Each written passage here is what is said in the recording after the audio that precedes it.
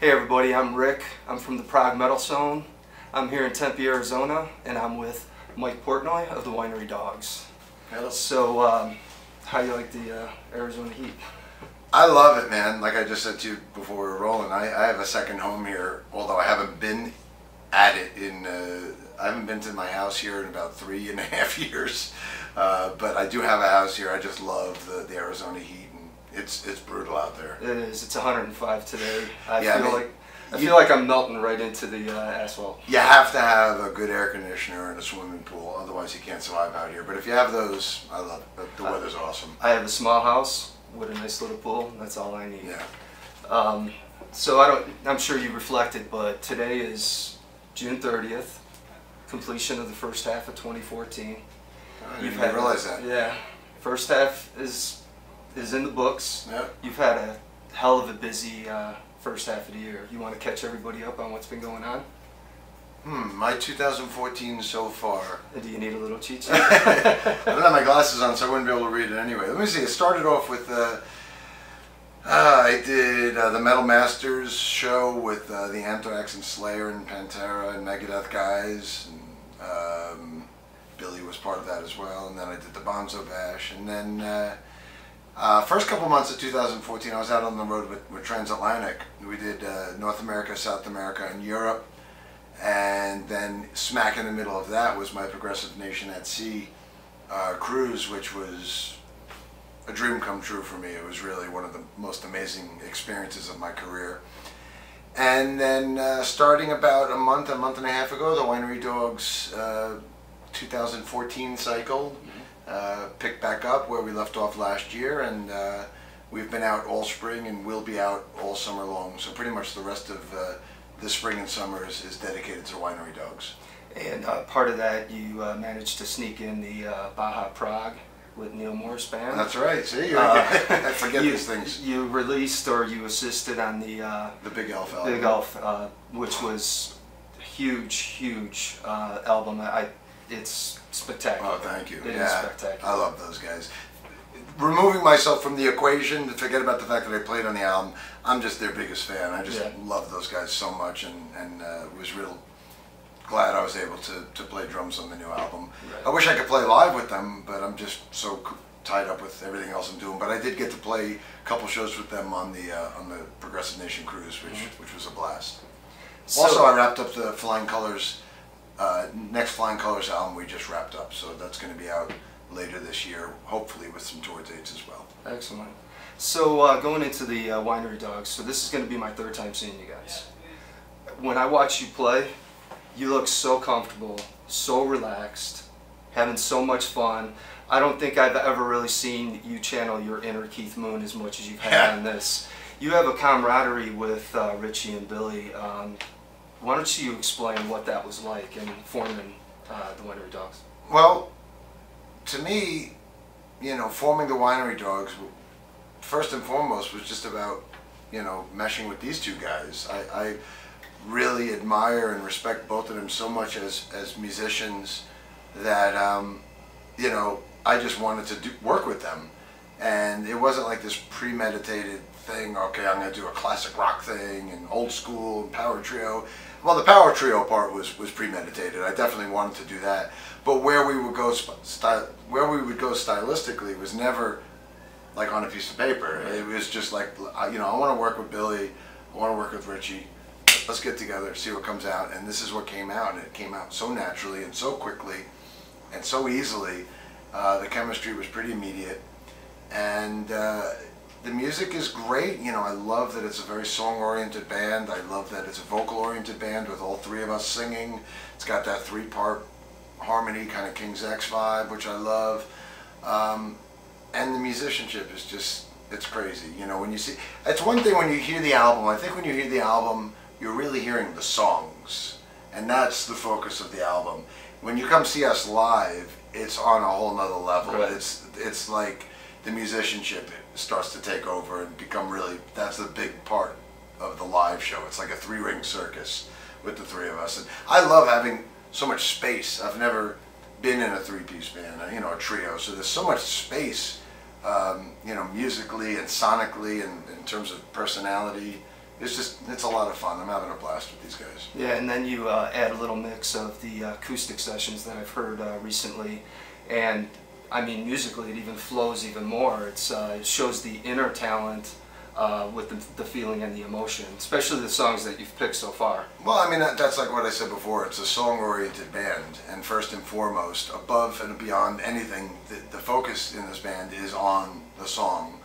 And you know, almost every song on this album, you could sit down and play with an acoustic guitar and just three-part harmony. So yeah, I think it's been, you know, appropriate that this band can do some of those unplugged acoustic things. Right. You know, I think it works for the format and the sound of this band.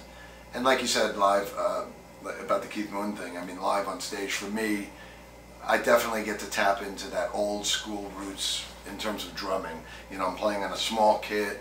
And you know, it's just the style, that kind of reckless drumming style. It really comes out in this band and format. And you're not even playing your traditional huge kit. You're comfortable with the smaller kit. I love playing I like playing any kit. I mean, you know,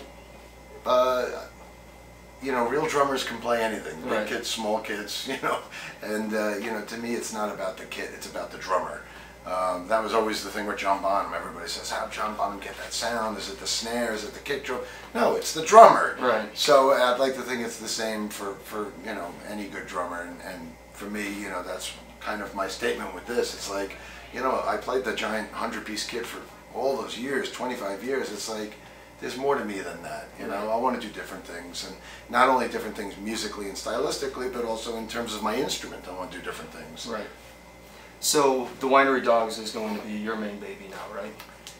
Yeah, it's definitely our home base. I think all three of us have pretty much established that this is a real band. This isn't a project.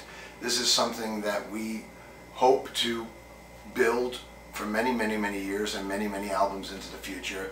And this is our priority. You know, everything else will work around it. And you know, Richie still has his solo albums, and Billy still has occasional work with Mr. Big. I still have Transatlantic and Flying Colors and the Neal Morse Band. But basically, the Winery Dogs is home base, that everything else will work around. Okay. So maybe some of the fans don't know, but on June 23rd, you're actually going to be on the Arsenio Hall show. Funny you should say that. As of about 3 hours ago, Arsenio actually got canceled about 3 hours ago. So forget that. No acoustic set on. We're available. Well, we weren't going to do acoustic. We were going to play full band on the show. Okay. Yeah. So Jimmy Kimmel or Jimmy Fallon, we have June 23rd available now if you want to have us. And this is going to go viral, so I'm sure you're going to be watching. Yeah, it's a bummer, man. You know, it would have been really cool to do that, but the show literally just got canceled this morning. Well, I do have to say, you suck. Yeah. I was looking forward to that. We were too. So tomorrow you're in Vegas at Count Vamped. You got a little break. What are your plans? I mean, not much of a break. I fly to Sweden on Tuesday to play the Sweden Rock Festival with Transatlantic. Oh, that's already next week. Next week, yeah. And then I do have a few weeks off in June, and then Winery Dogs resume at the end of June here on the West Coast. You know, a bunch of California dates, and then we go over to Europe for a few weeks, doing some big festivals over there and some smaller club shows. In Europe, I have one more festival show with Transatlantic in the middle of July over there, and then we do Dog Camp, Winery Dogs Dog Camp at the end of July. A few more East Coast shows, and then that takes us to to August. All right. So what are the fans going to be in store for at the band camp? I don't know. It's an experiment for all of us. All three of us have done a lot of clinics in the past, and all three of us have done the Rock and Roll Fantasy Camp. So this will probably be something in between.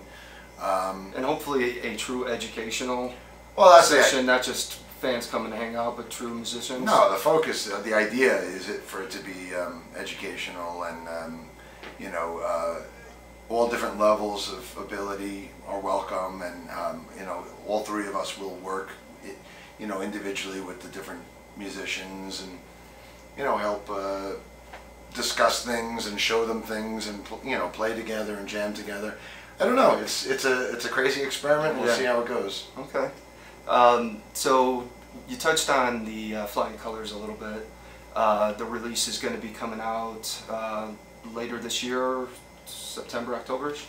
Yeah, like waiting for a definite date, but yeah, I think I would guess probably around September-ish. What are the Flying Color fans in store for in this one? It's a great, great album. It's I think it's more progressive than the first album, maybe because we didn't have a producer working with us this time. This time we self-produced it, so I think the songs tended to get a little bit longer, but that's not to say it's a prog album. I mean, it's not like a transatlantic album. It still sounds like Flying Colors. It's still in the same musical vein as the first album, but I think it's just a little bit more explorative in terms of, you know, some of the musical passages. But it's a great, great album. I love it even more than the first album. And that's saying something big. Yeah, so I can't wait for it to come out. Excellent. Wanted to ask about, you know, last time Flying Colors toured, it was an abbreviated tour. Do you think it will be something, or hope it's something that's going to be a full tour? Much to my disappointment, and I'm sure the fans, you know, everywhere around the world, it's looking to be very abbreviated once again. Just simply because, you know, you have 5 guys with busy schedules, and I don't want to pinpoint any one person, but, you know, Steve's schedule in particular, he's at the mercy of Deep Purple's schedule. And he's got a full schedule still. And, I mean, I can, you know, the Winery Dogs is winding down, so I do have an open window. And Neal and Casey can kind of control their schedule, but Steve is at the mercy of Deep Purple's. So we're just, you know, chomping at the bit for Steve to give us a window to work in.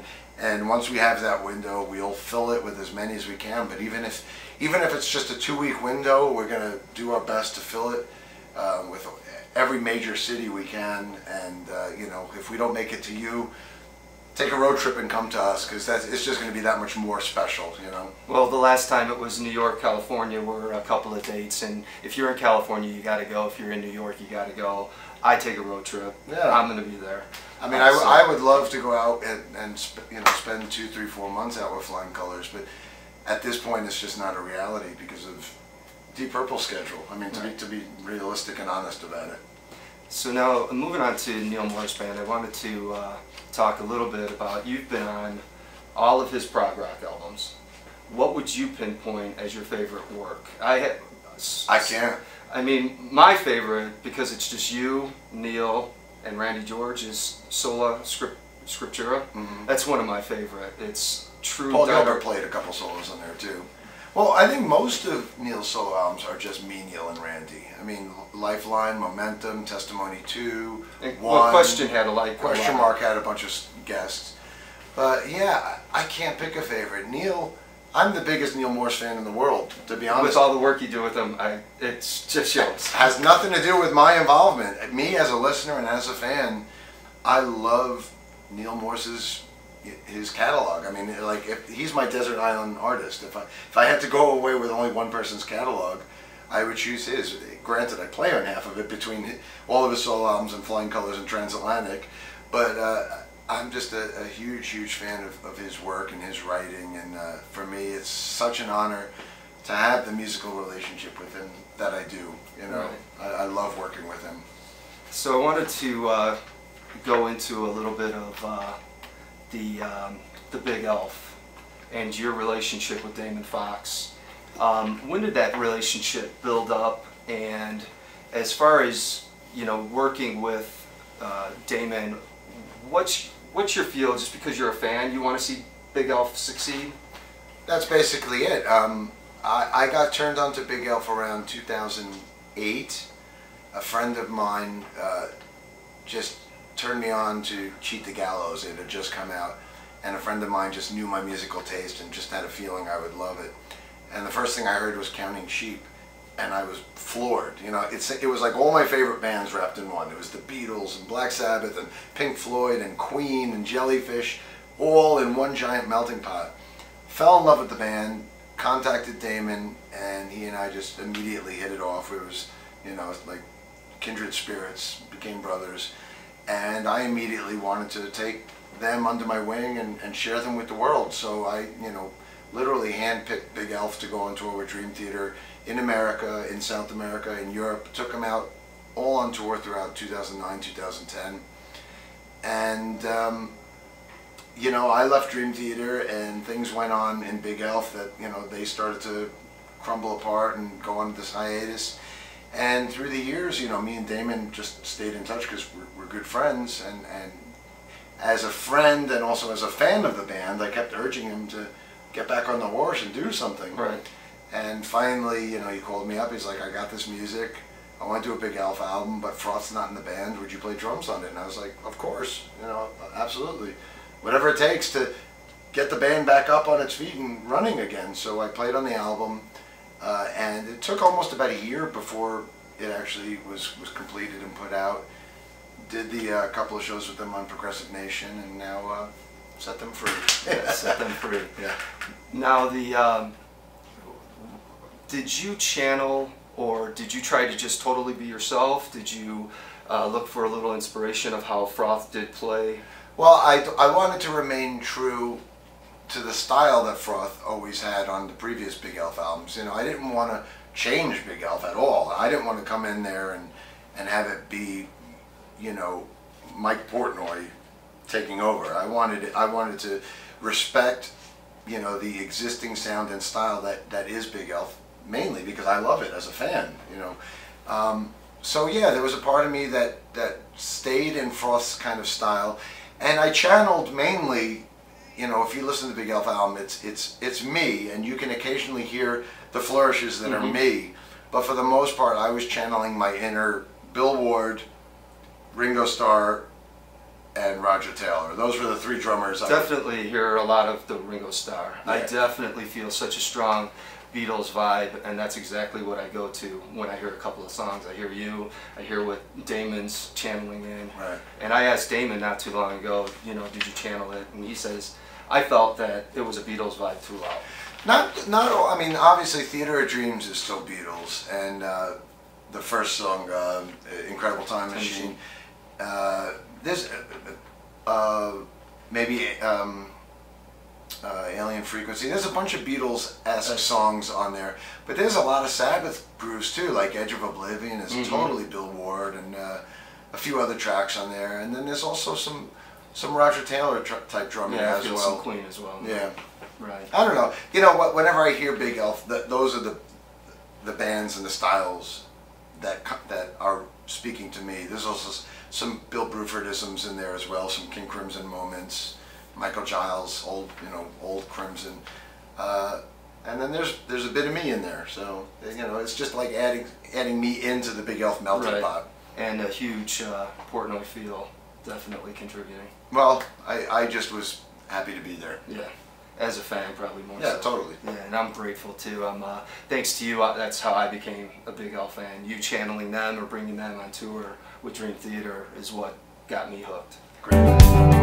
The world can kick you when you're down, and it shows no mercy.